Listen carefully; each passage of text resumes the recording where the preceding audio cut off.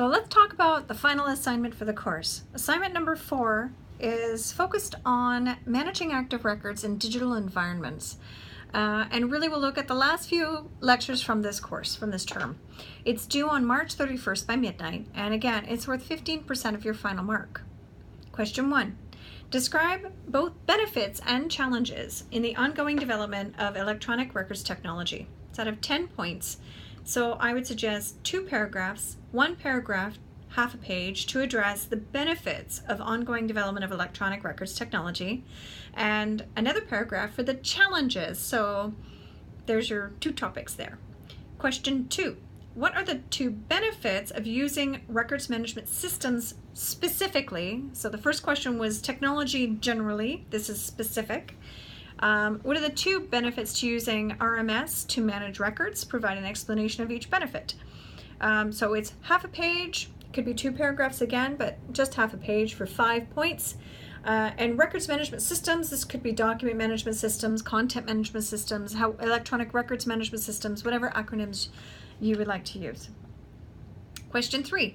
In terms of email-based records, records found in email, what are the technological and cultural challenges to effective retention and disposition? This is worth 10 points, 2 sections. It'd be about a page in response. So the first part of it is looking at the technological challenges. So those to do with systems, technology, and software. And then the second section is a response to cultural challenges. So that's people, processes, everything that's not to do with the technology itself, to how we manage the retention and disposition of email-based records.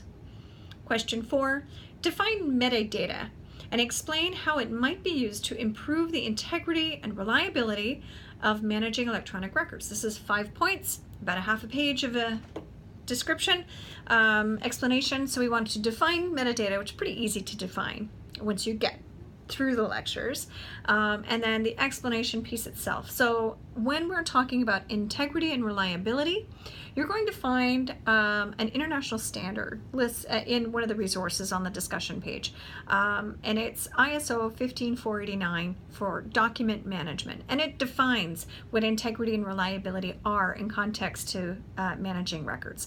And this relates specifically to electronic records because of some of the challenges we have with electronic records management.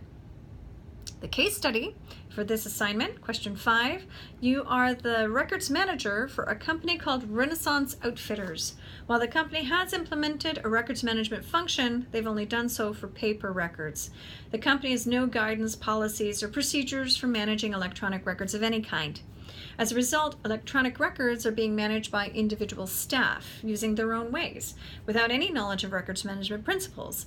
Additionally, a competitor of Renaissance Outfitters was hit with a massive lawsuit alleging inappropriate use, disclosure, and management of personal information.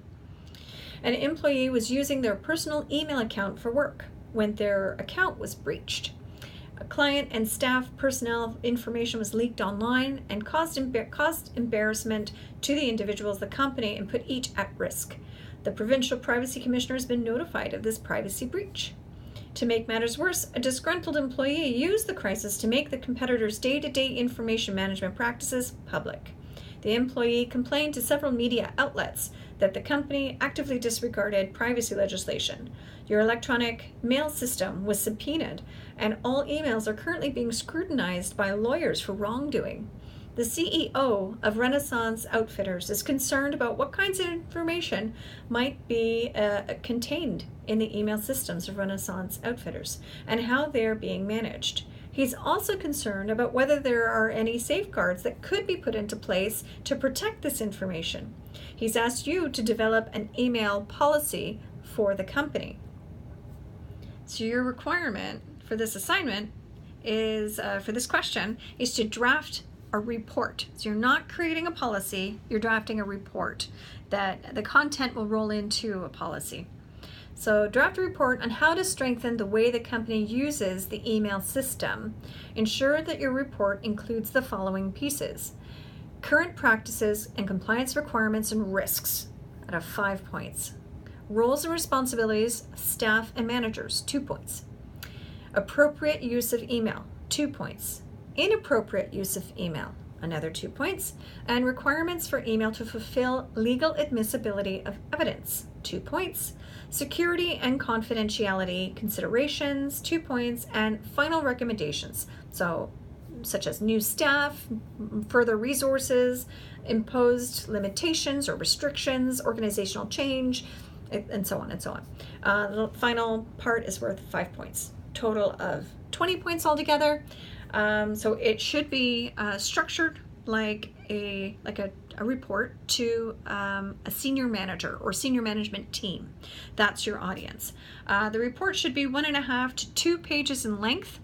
The assignment is out of 50 points, 15% of your final mark. Again, 75% due to your creative thinking, internal logic and consistency, and 25% down to your communication and language usage. Good luck on the assignment. It's the last assignment this term, and then we'll get cracking on the exam next.